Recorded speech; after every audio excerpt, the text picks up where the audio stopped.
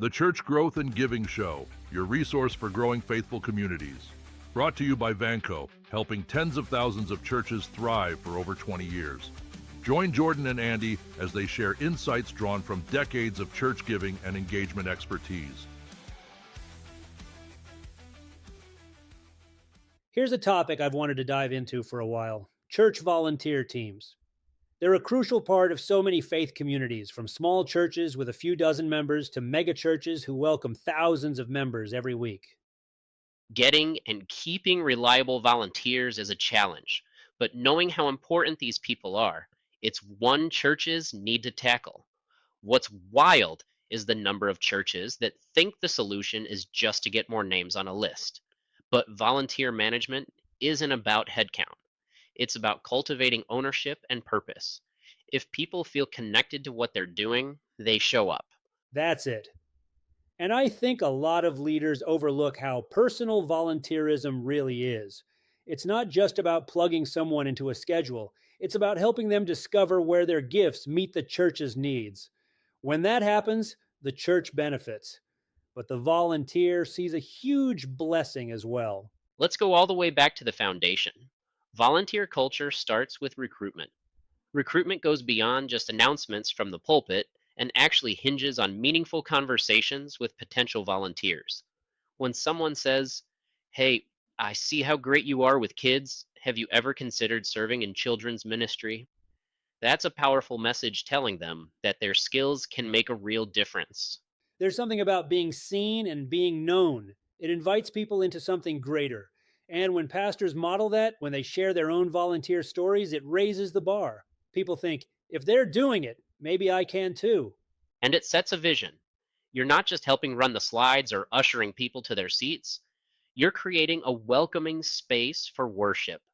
You're paving the way for someone to encounter God, just the way someone may have helped you back when you first started attending.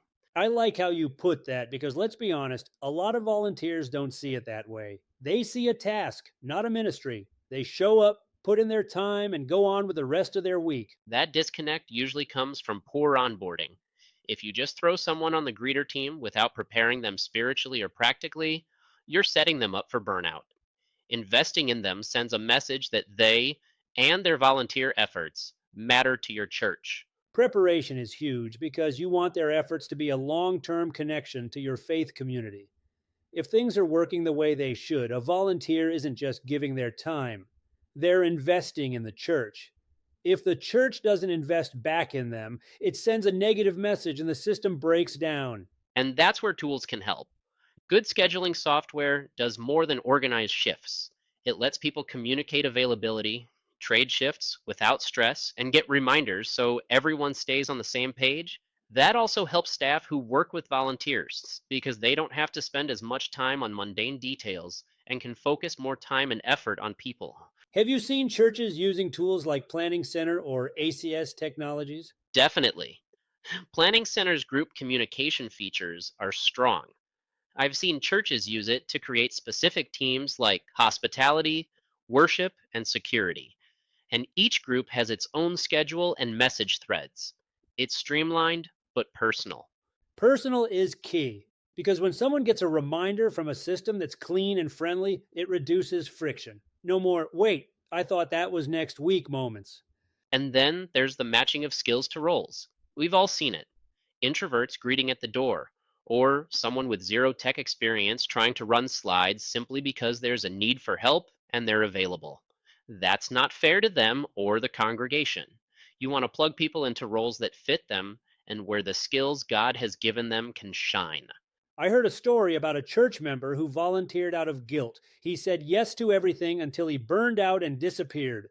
Unfortunately, that happens more often than you realize. Churches need to do better. That's why onboarding should include a kind of skills inventory, not a resume, but questions like, what energizes you?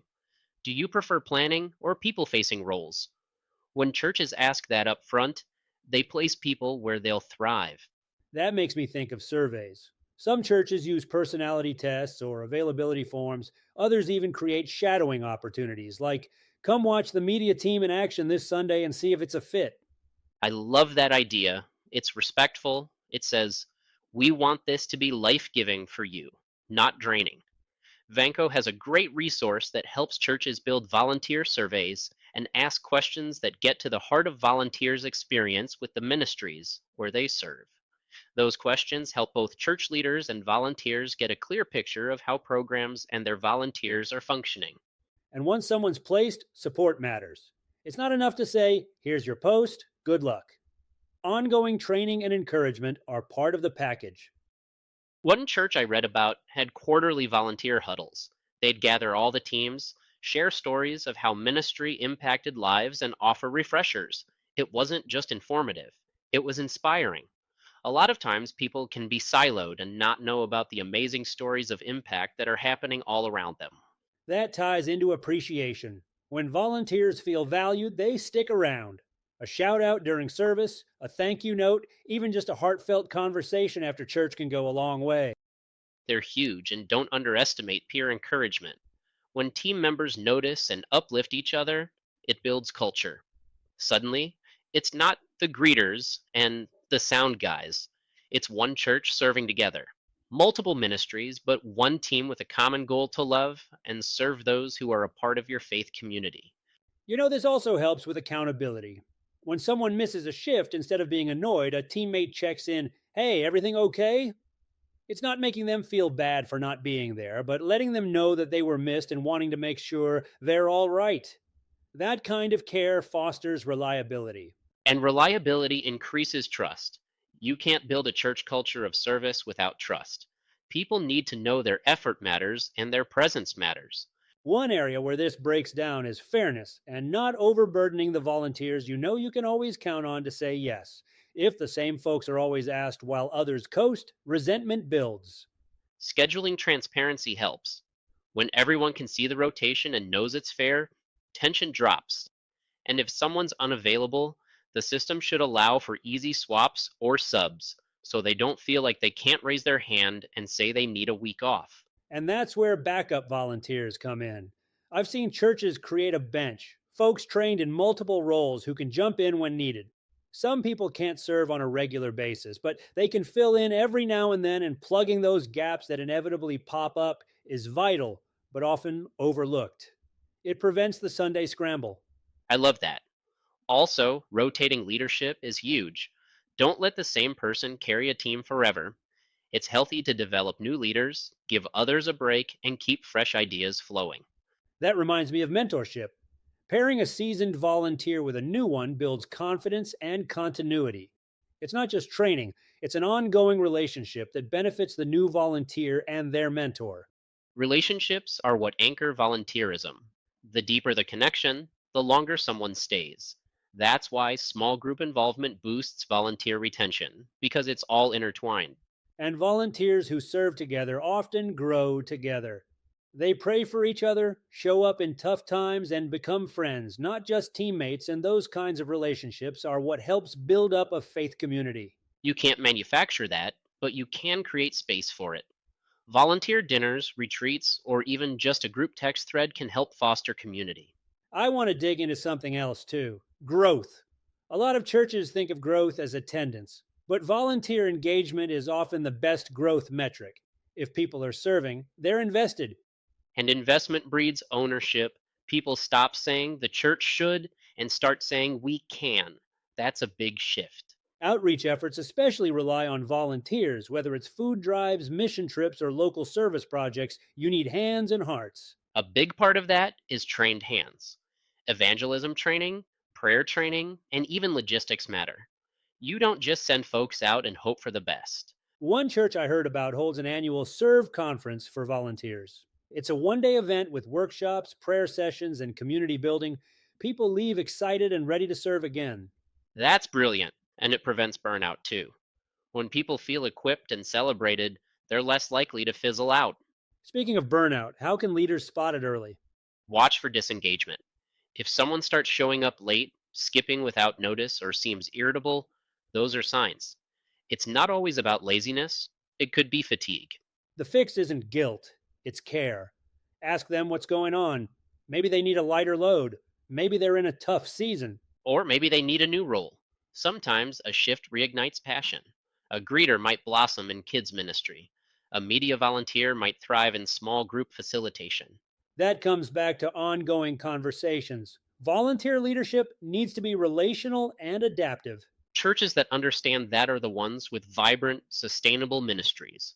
It's not magic, it's just intentionality. Before we wrap, let's hit a few quick wins for any leader listening today. What's one simple thing someone can do this week to improve volunteer culture? Thank someone personally and sincerely. Say, hey, I saw you out front last week helping new families find their way. That meant a lot. It starts there. Another big point is evaluating your onboarding. Ask a couple volunteers, what was your experience like when you joined the team? Their answers will tell you where to tweak. Also, check your rotation. Are a few folks doing everything while others do nothing? If so, it's time to reassess. And cast vision regularly. Remind volunteers that their role matters. Tie it back to life change. Go beyond the logistics and remember that it's ministry. If you're feeling overwhelmed by all this, start small. Pick one system to improve this month and build from there. No one gets it all right overnight, but every step forward strengthens your church. Volunteers are the heartbeat of ministry. When they're empowered, equipped, and appreciated, the whole church grows stronger. We'll land there for this episode of the Church Growth and Giving Show. Thanks for joining us as we help churches like yours build and improve their volunteer efforts. Be sure to like and subscribe to our channel for more helpful content like this, and we'll see you back here next time.